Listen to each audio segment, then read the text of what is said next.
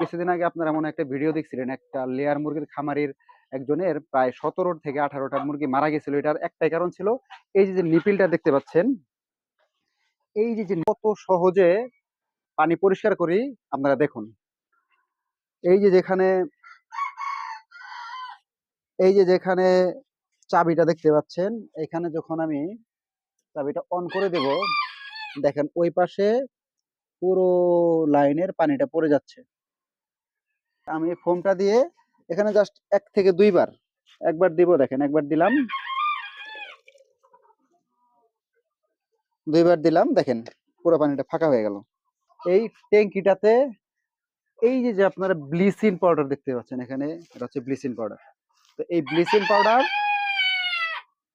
Bleaching powder আমি সপ্তাহে 1 দিন এই পুরো ট্যাঙ্কির ভিতরে পুরোটার মধ্যে পানি দিয়ে রাখবো।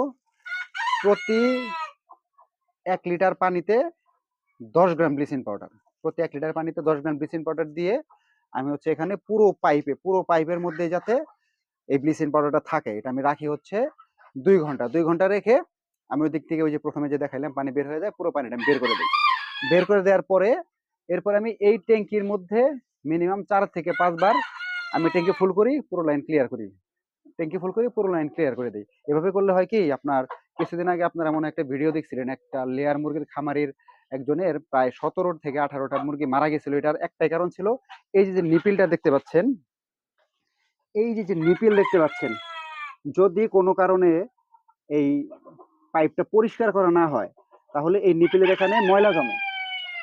তো এই নিপিলের এখানে ময়লা জমে, তো ওইখানে যদি ময়লা জমে, ওইখানে এমন পরিমাণে শ্যাওলা জমে, ওই শ্যাওলাগুলো যখন আপনার মুরগি খাবে তখন মুরগির বিভিন্ন ধরনের রোগ বালাই হয়ে খুব সহজেই রোগে আক্রান্ত হয়ে যায়। তো সেই কারণে এই ব্লিচিং পাউডার দিয়ে যদি এভাবে পরিষ্কার করা হয় তাহলে এই সমস্যাটা আর থাকে না।